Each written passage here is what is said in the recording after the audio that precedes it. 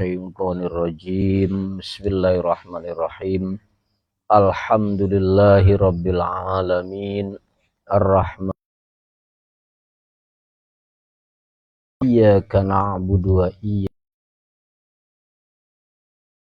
nasta'in. Shiratal ladzina an'amta 'alaihim ghairil maghdubi 'alaihim waladdallin. Bismillahirrahmanirrahim. Faslun fi bayani ma yajibu 'alan nabi sallallahu alaihi wasallam wa ma yahrumu 'alaihi.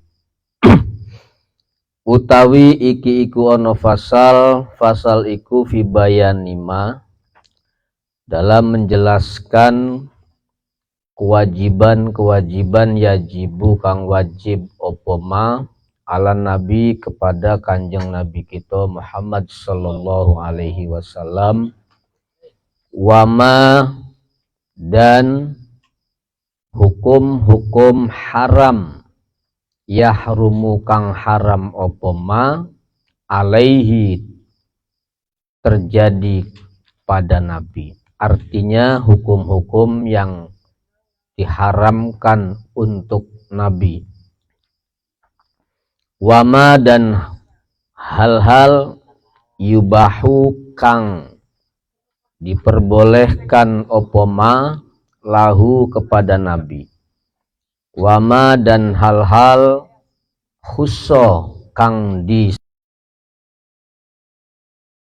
sopo nabi bihi kelawan ma. Bayane ma minal fadail dari beberapa keistimewaan yang ada pada nabi. Duna ghairihi yang tidak berlaku untuk selain nabi. Fa'amama adapun kewajiban yajibu yang dibebankan opoma alaihi kepada nabi, fahuwa mangka iku utawi ma at-tahajjudu iku aran atau kegiatan tahajud. Jadi kalau aktivitas tahajud untuk nabi kita Muhammad sallallahu alaihi wasallam itu hukumnya wajib. Tapi bagi umatnya hukumnya sunnah. Wal witru termasuk hukum wajib bagi nabi yaitu melaksanakan sholat witir. Wad duha dan sholat duha. Wal udhiyatu dan juga menyembelih kurban. Hukumnya wajib bagi nabi. Wal musyawaratu dan musyawarah. Hukumnya wajib. Wa takhyiruz zaujati dan juga memilih calon istri itu hukumnya wajib. Takhyir gak sembarangan artinya. Ora padu asal bae nabiku hukumnya wajib takhyir. Wasiwak termasuk bersiwakan itu juga hukumnya wajib bagi nabi. Wa musabaratul adwi wajib hukumnya melawan musuh. Musuh yang ingin merongrong keberadaan visi misi nabi itu wajib dilawan, tapi dengan kesabaran yang tinggi. Itu namanya musabaroh. Wa in kasaru atau wa in kasiru sekalipun musuh itu banyak. Jadi nggak boleh mundur kalau nabi, wajib maju. Kalah menang urusan belakang. Yang penting wajib melawan dan wajib sabar bertahan. Sekalipun musuhnya jauh lebih banyak. Terus watagyirul mungkar, wajib juga bagi Nabi itu merubah tatanan yang tidak baik, tatanan yang diingkari atau dibenci oleh Allah Subhanahu wa ta'ala. Itu hukumnya wajib bagi Nabi. Wa ammama adapun hukum-hukum yahrumu alaihi, yang haram bagi Nabi, duna ghairihi, tapi hukum haram itu tidak berlaku untuk selain Nabi. Bahwa utawi ma atau hukum haram iku al-khottu. Jadi Nabi itu dilarang bisa menulis. Makanya Nabi tidak akan belajar baca tulis dan tidak akan belajar ilmu khot, ilmu tulis menulis tidak akan, karena hukumnya haram bagi Nabi. Kalau bagi selain Nabi wajib kita belajar baca tulis, karena kalau kita tidak belajar baca tulis kita tidak akan mengerti aturan Allah dan Rasulnya. Tapi bagi Nabi sendiri hukum belajar menulis dan membaca itu haram bagi Nabi. Wasyi'ru, haram bagi Nabi melakukan aktivitas nyanyi-nyanyi, syiiran-syiiran, lagu-lagu, itu hukumnya haram bagi Nabi. Makanya Nabi nggak pernah mengutarakan syair. Wassodaqatu, dan haram bagi Nabi menerima sodakoh, wazakat tegese atau tafsir haram menerima zakat.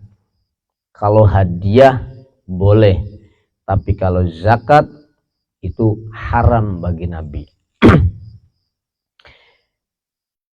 Terus haram juga wamaddu ainaihi, ilama, haram bagi Nabi kepencut, ngelirik matanya Rasulullah, haram melirik ila matta'abi ghairuhu,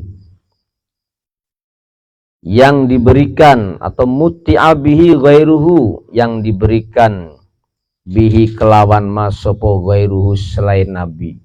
Jadi haram hukumnya bagi Nabi itu kepengen hartanya manusia atau hartanya orang lain.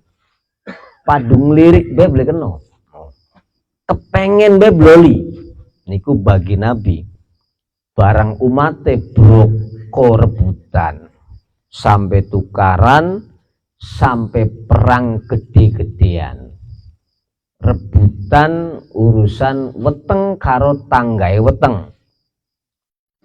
Nabi ngelirik be bloli, haram hukumnya. Wal mukhada'ah fil harbi, juga termasuk haram bagi Nabi itu mukhada'ah. Mukhada'ah itu artinya menghina fil harbi, dalam peperangan, atau meremehkan, merendahkan lawannya, haram bagi Nabi. Wa mas rohati,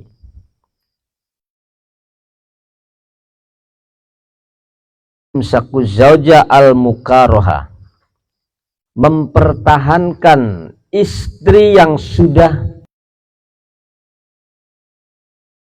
haram untuk dipertahankan, kudu dibuang, kudu dilepas. Wa fi talaqir raghibah, dan juga haram bagi Nabi menceraikan istri yang mencintai Nabi. Itu roghibah, itu aturan dari Allah, bukan aturan dari dari siapapun. Wa aklul karos, haram bagi Nabi makan karos, timun dan sejenisnya. Wasaum, bawang putih, wal basol, bawang merah. Haram bagi Nabi makan makanan sejenis itu. Wal aklu, dan haram bagi Nabi yaitu makan muttakian hale gelelengan. Jadi makan sambil leyeh-leyeh itu enggak boleh bagi Nabi. Wafihi, dalam kasus makan sambil gelelengan itu diharamkan bagi Nabi, khilafun, ada beda pendapat dari kalangan ulama tentang keharamannya. Wal asoh, menurut pendapat yang sahih,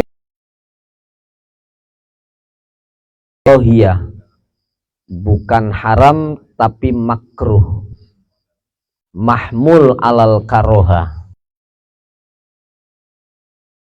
kan untuk makruhnya tapi bukan haram. Latahrimu, bukan haram kalau urusan makan sambil gelelengan atau sambil semende. Terus haram wanikahul hurrah al-kitabiyah, haram bagi Nabi juga menikahi perempuan hurrah, perempuan merdeka tapi dari kalangan ahlil kitab, artinya orang Nasrani maupun Yahudi, kitabiyah.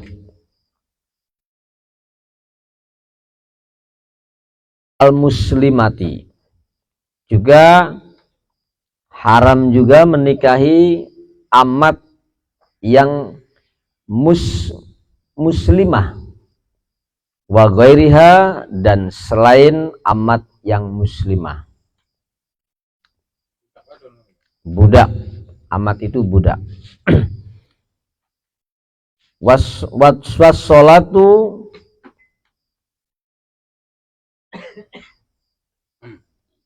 alal mudayyin alal mudayyin ala khilafi, termasuk haram bagi Nabi menyolati orang yang punya hutang.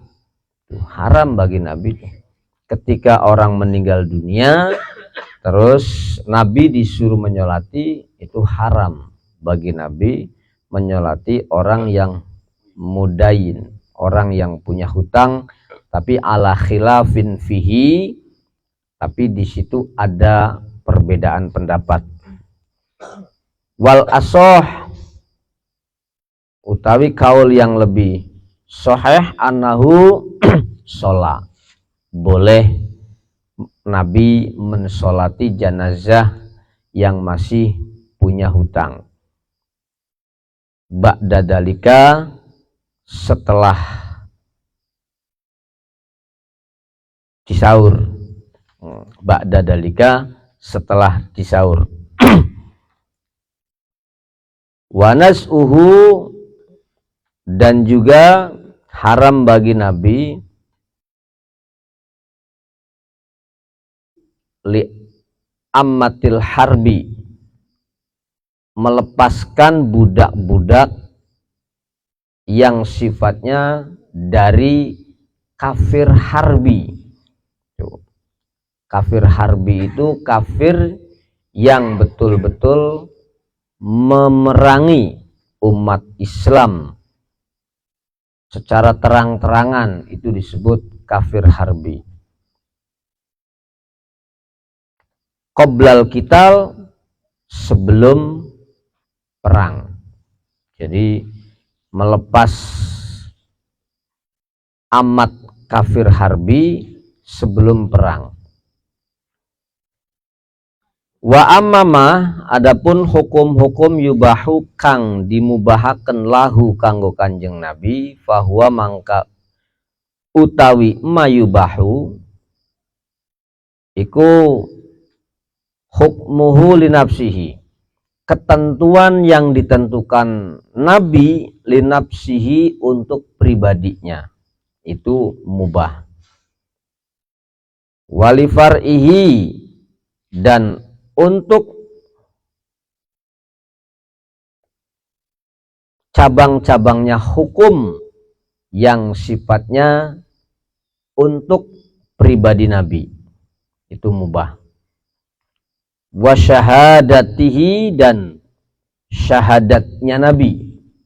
Jadi Nabi juga baca syahadat atau kesaksian Nabi itu juga mubah. Wa qabulihi aidon dan menerimanya Nabi aidon lahuma terhadap syahadah dan hukum linafsihi wa far'ihi. Artinya Kanjeng Nabi boleh dijadikan sebagai saksi untuk dirinya dan untuk orang lain kalau kaitannya dengan syahadah. Wa khamsul khumus, mubah bagi Nabi mendapatkan bagian 1/5 dari hasil rampasan perang. Wa halul ghanaim dan halalnya hasil rampasan perang. Waman arodaha, yang diperbolehkan bagi Nabi termasuk waman dan perempuan-perempuan aroda yang menghendaki sopo Nabi haingman. Artinya ketika Nabi menginginkan perempuan itu mubah bagi Nabi, bahkan lazima wajib hukumnya zaujaha kepada suaminya opo tolakuha menceraikan istrinya. Itu min khosoisi Nabi. Tapi jarang terjadi yang hal begini. Itu sih untuk memberikan satu keluasan tentang apa yang dimubahkan untuk Nabi. Dan kenyataannya Nabi nggak pernah menginginkan istri orang. Umpama Kanjeng Nabi kepengen, hukumnya wajib bagi suaminya menceraikannya. Tapi pada prakteknya tidak terjadi. Tidak ada kisah. Walahu dan iku kedue Nabi an-nikahu diperbolehkan menikah bila mahrin tidak makai mahar.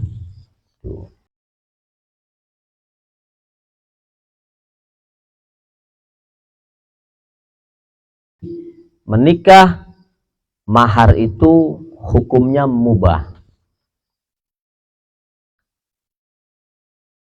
Liman kepada perempuan mana saja sya'a yang Nabi kehendaki. Itu min khosoisin Nabi. Jadi nikah tidak menggunakan mahar. Beli nganggo biaya. Itu termasuk min khosoisin Nabi. Wayasihu dan sah opo nikahuhu, pernikahannya Nabi bilafdil hibah, dengan menggunakan akad hibah. Artinya ketika ada perempuan menghibahkan dirinya kepada Nabi dan Nabi menerimanya, sah nikahnya si perempuan itu jadi istrinya Nabi. Wayajuzu dan diperbolehkan opo akhduhu mengambilnya Nabi to'amal muhtaj ing makanan orang yang sedang membutuhkan. Boleh bagi Nabi mengambil makanan orang yang membutuhkan. Padahal orang itu butuh, tapi Nabi diperbolehkan mengambil makanan itu. Ini menunjukkan atas keleluasaan hak prerogatif Allah untuk Nabi atau keistimewaan Allah untuk Nabi, tapi pada kenyataannya nggak mungkin. Kanjeng Nabi apalagi melihat umatnya butuh, masa diserobot, belum mungkin.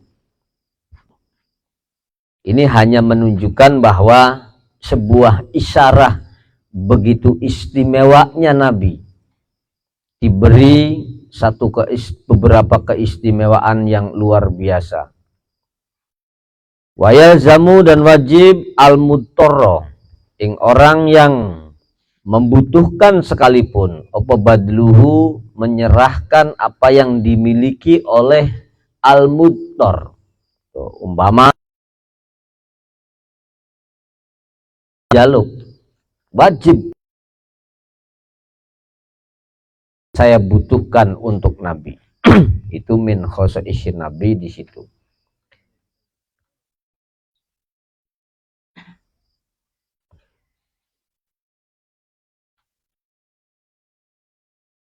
Wayuhyi, dan Nabi diperbolehkan menghidupkan ma ing bumi-bumi sya'a kang karep sapa Nabi min mawatin, dari bumi-bumi yang mati. Artinya apa? Bumi-bumi yang tidak ada kepemilikannya itu sah-sah saja dikelola oleh Nabi. Dihidupkan itu maksudnya di Indonesia tanah negara. Aset-aset negara kan banyak sekali yang tidak ada suratnya, termasuk hutan, laut, udara, itu kan milik negara. Termasuk Nabi diberi keistimewaan boleh mengelola lahan-lahan yang tidak ada kepemilikannya. Ya hukumnya gimana? Sah, jelas itu pasti.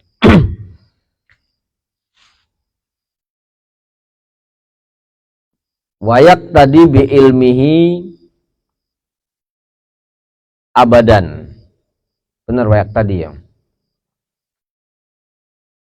Wayak tadi bi ilmihi, dan Kanjeng Nabi memutuskan dengan boleh mengelola tanah-tanah yang tidak bertuan bi ilmihi, sesuai dengan apa yang dipahami oleh Nabi, abadan, selamanya. Selamanya diperbolehkan. Itu diantara keistimewaan Nabi. Wajibu, dan wajib ala khotirihi, ingatase khotir.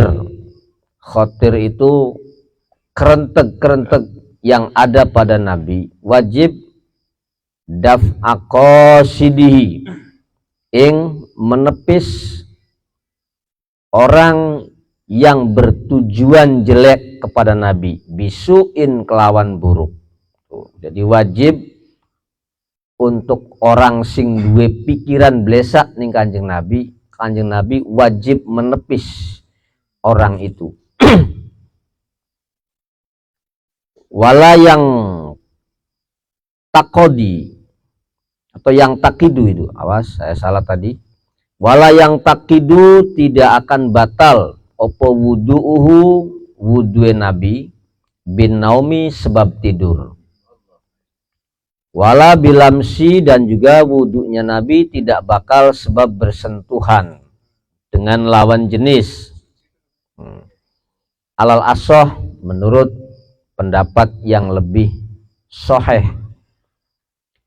Wala yurasu, dan tidak boleh diwaris opo maluhu, aset-aset Nabi, nggak boleh diwaris, nggak boleh. Wayal zamu, dan wajib al kholiyata, ing orang yang mendaftarkan diri jadi khalil, kekasih, opo ijabatuhu, Nabi mengabulkannya. Jadi kalau ada seorang yang ingin jadi pecinta Nabi, hukumnya wajib bagi Nabi mengabulkan, nggak bakal ditolak. Cuman perlu diketahui bahwa cinta kepada Allah ataupun cinta kepada Nabi itu harus ada maharnya.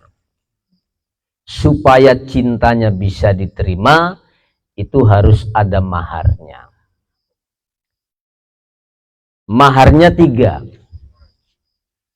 Yang pertama adalah at-taubat.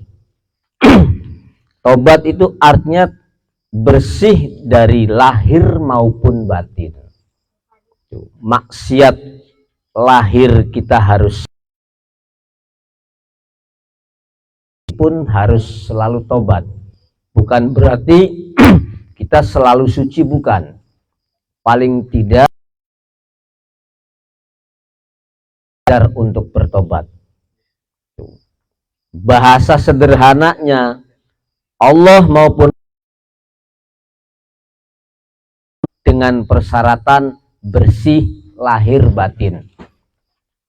Ya jangan jauh-jauh lah, kita sesama manusia aja ketika ingin melamar seseorang yang istimewa, cantik jelita, kaya raya, nggak bakal mau kalau kitanya kotor, iya kan?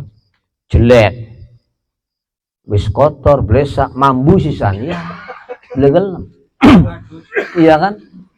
Allah begitu, Nabi juga begitu. Yang pertama syaratnya adalah at-taubah. Yang kedua, syarat untuk bisa direspon, artinya bisa diterima cintanya. Kalau nabinya wajib mencintai. Tuh, tapi cinta andanya yang diterima ini ada syaratnya. Yang nomor 2 adalah as-sabru, yaitu sabar. Sabar artinya harus siap di semua kondisi. Entah itu di kondisi yang menyenangkan ataupun di kondisi yang tidak menyenangkan.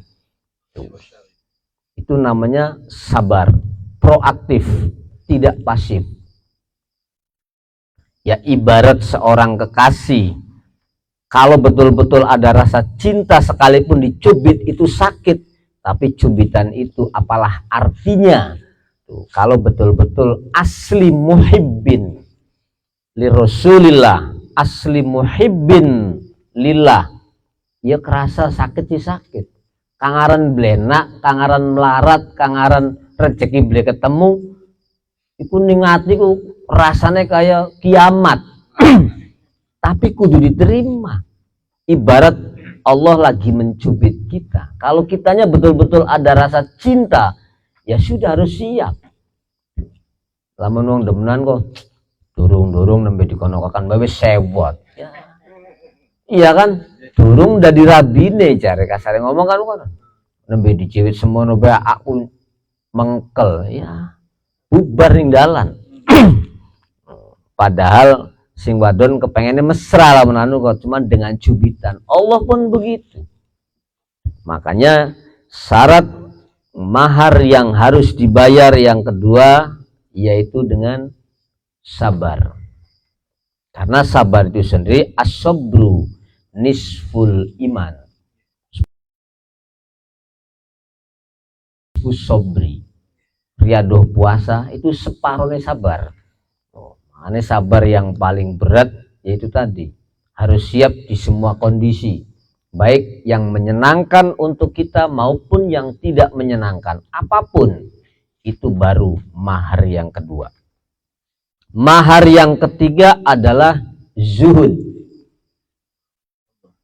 Kita harus apa adanya, tanda kutip, jujur dalam segala tindakan, haliah, ucapan, itulah makna zuhud. Sederhana itu apa adanya. Dan cinta itu akan terbangun dengan faktor kezuhudan. Tuh. Aju membodoh, temenan ngakui duwe PT, duwe mobil, umai sugi jebule lah, makelar. Waduh, gawat. Ya melayu bocah wadon. Abang-abang kang didemeni ayu, sugi, supaya keterima tak kebodoh ya. Terus angger apel mobilnya rental. Ya beli. Katone kan gago. Diparani ning omahe ternyata bapak bong. Beli dua apa-apa. Lah, ia melayu. Nah, itu makanya yang ketiga adalah zuhud. Kalau mahar itu tidak dipenuhi satu aja, itu belum bisa diterima, masih batal. Itu syaratnya seorang muhibbin kepada Allah dan muhibbin kepada Rasulullah. Jadi tidak gampang. Muhibbin itu berat, bukan hanya sekedar senang, teman, mendukung saja, tapi ada persyaratan yang harus dipenuhi. Karena dalam pendapat lain, Imam Al-Ghazali dalam kitabnya, termasuk yang saya kutip dalam syarah itu, aksaru halakatil ahwal min salasati asya. Termasuk mayoritas rusaknya mentalitas, rusaknya moralitas, bahkan rusaknya iman, rusaknya akidah, rusaknya ideologi, itu disebabkan oleh 3 faktor. Apa itu? Yang pertama, al-ula fiskul arifin. Jadi kalau fasik itu bukan nifak, awas ya. Nifak itu ibarat penyakit daleman, kayak virus, itu nifak. Kayak zalatul akidah atau nyimpangnya sebuah akidah, nyimpangnya sebuah keyakinan, itu kemunafikan. Tapi ini fiskul arifin. Itu yang pertama, nanti ureanya. Yang kedua, khiyanatul muhibbin. Jadi muhibbin palsu atau muhibbin yang pengkhianat hakikatnya. Itu yang kedua. Bisa nih ruwet mentalitasnya, rusak moralitasnya, itu karena khiyanatul muhibbin. Yang ketiga, kadzabul muridin. Pendustanya atau dustanya seorang murid, seorang santri kepada gurunya. Ini 3 faktor ini yang mayoritas mendominasi rusaknya mentalitas umat. Kita urai. Kenapa bahasa fiskul arifin? Mahwal fiskul arifin? Fiskul arifin adalah itlaqut torfi wal lisan wasam'i ila asbabid dunya wa manafi'iha. Jadi kefasikan orang-orang arif kalau ditelisik untuk saat ini, untuk mencapai makom arif saja wis kangelan. Nggih.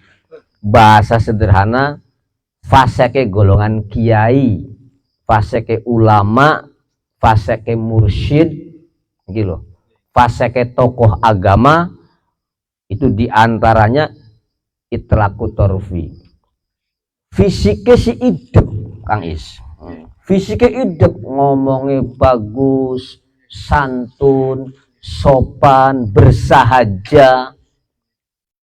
Kiai-kiai, tokoh-tokoh agama, penyampaiannya bagus, dirongok nang ila asbabid dunya, kanggo ngeruk supaya oli alfat cepet,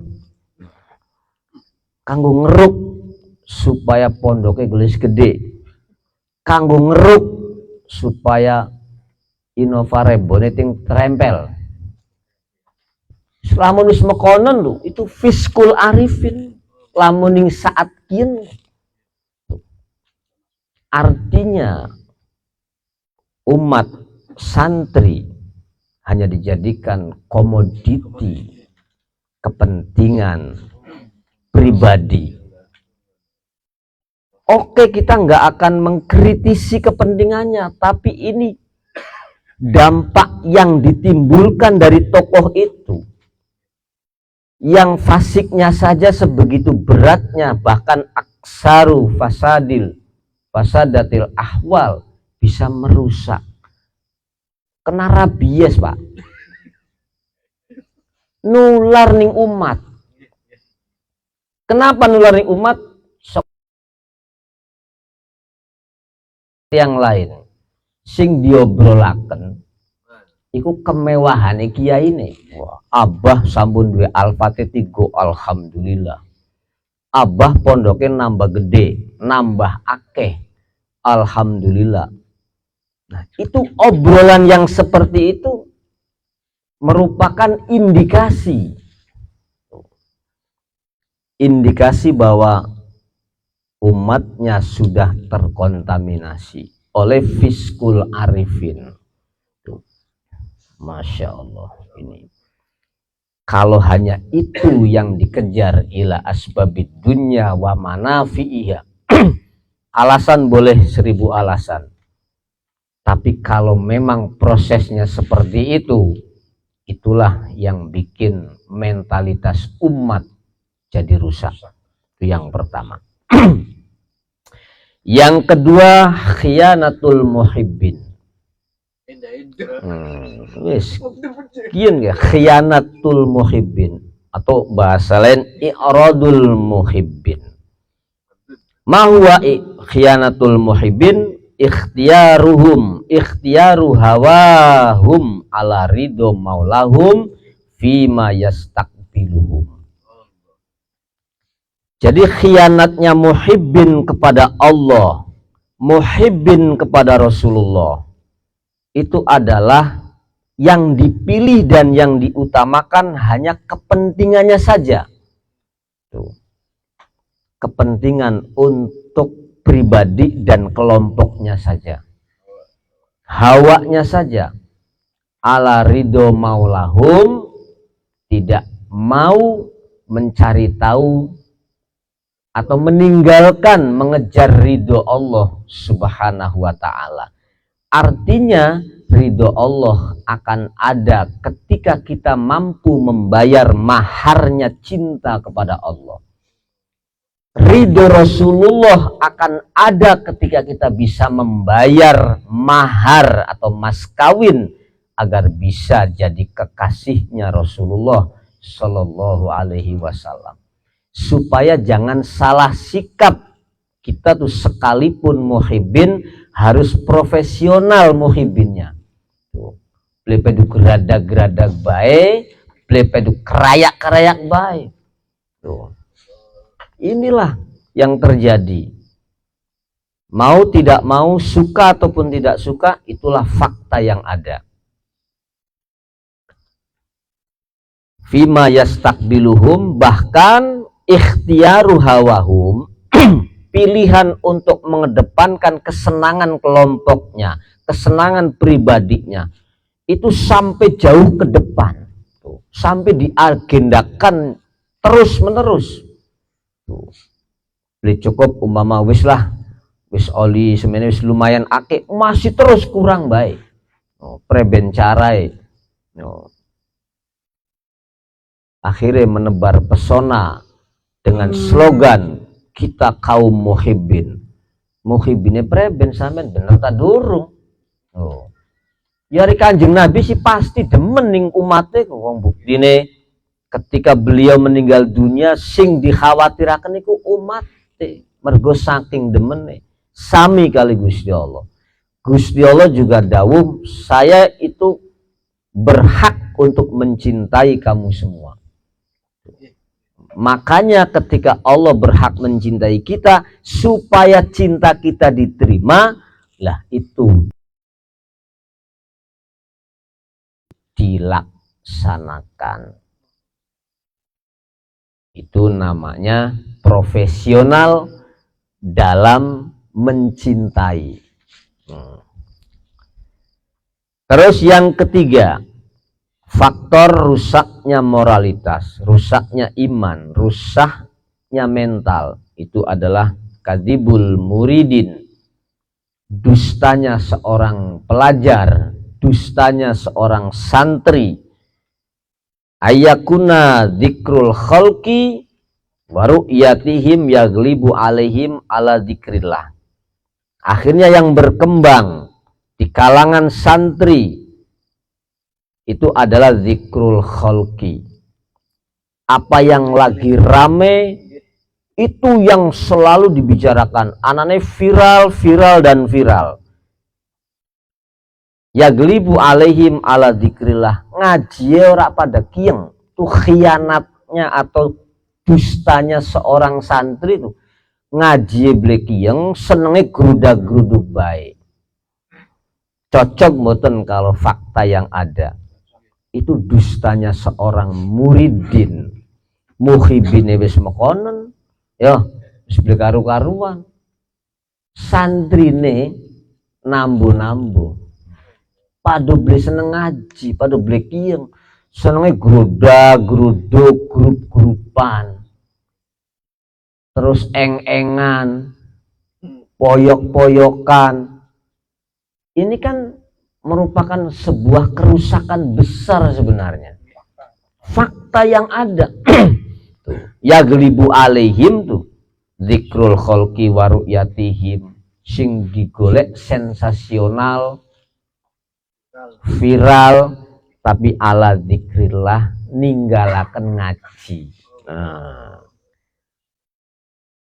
itu sederhana sekali, tapi itulah psikologi sosial yang sangat merugikan kalau kita tidak tahu bagaimana cara penyelamatannya. Kita akan selamanya akan terkontaminasi oleh keadaan yang seperti itu, dan faktanya memang begitu, dari dulu akan terjadi seperti itu.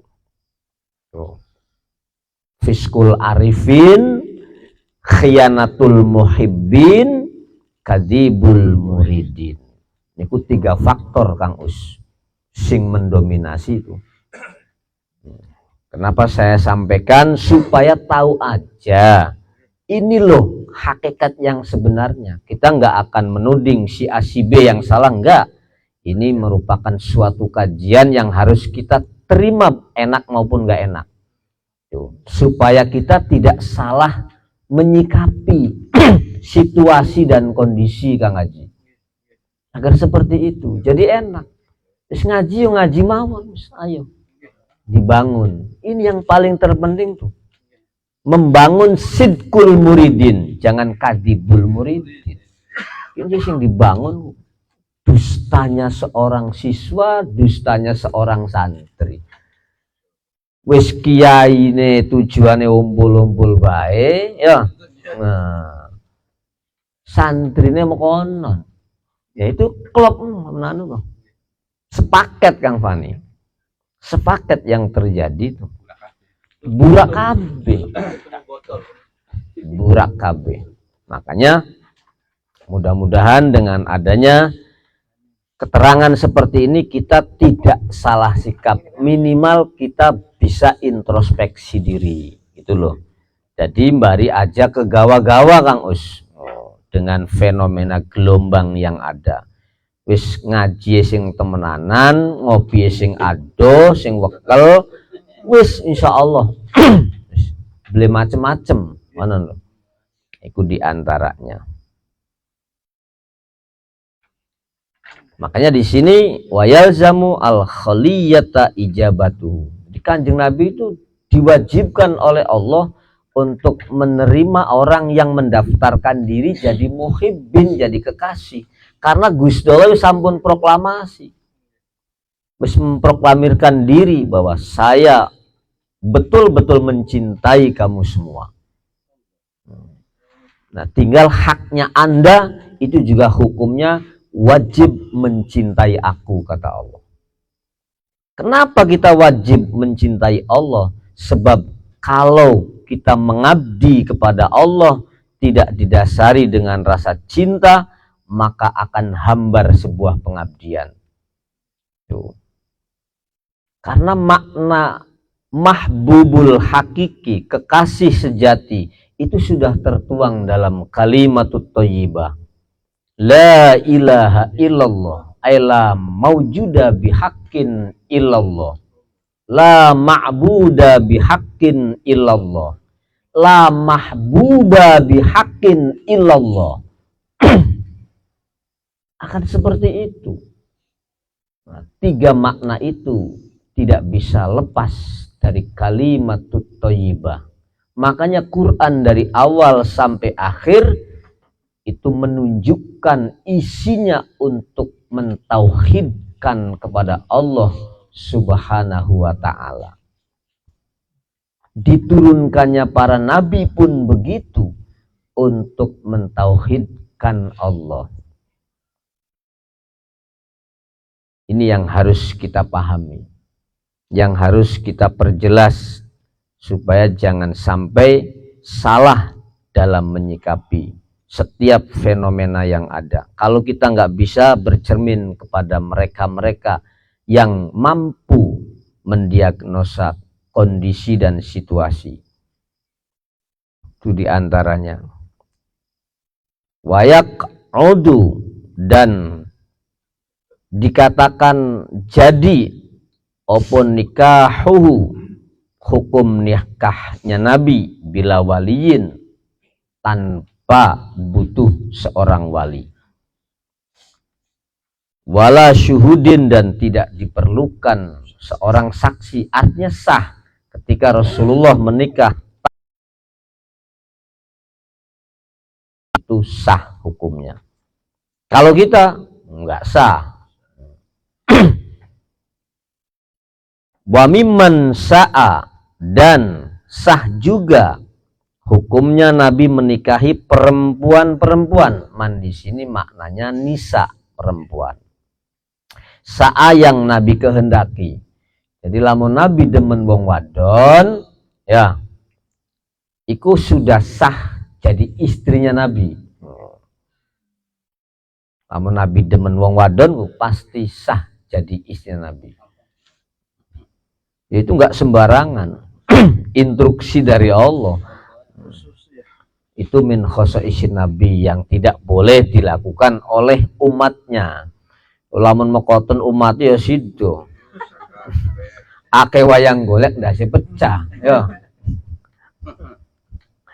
Tuh. Sudah.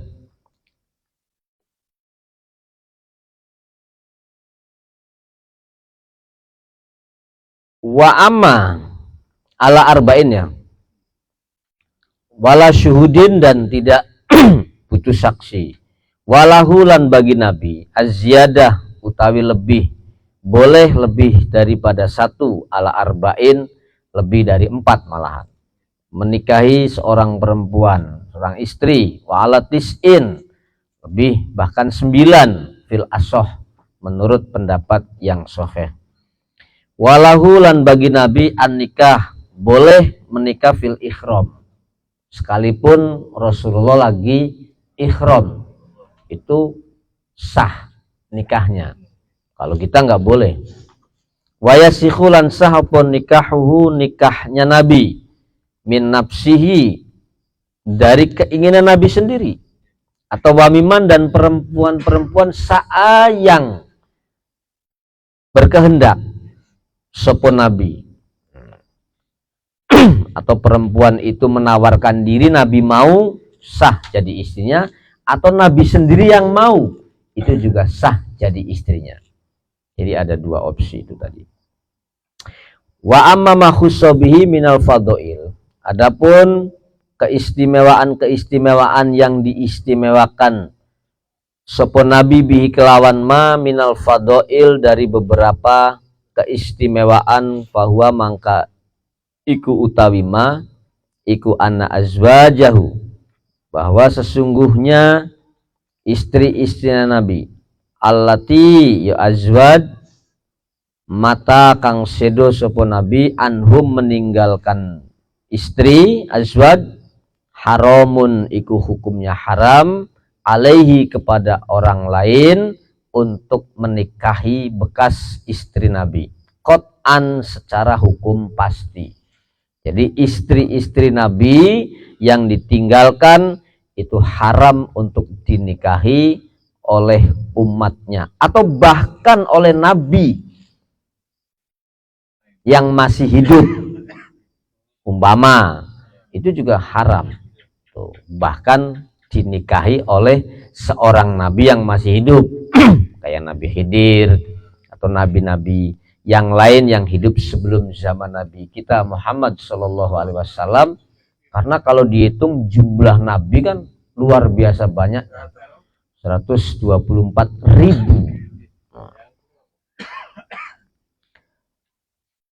Nah, itu hukumnya haram untuk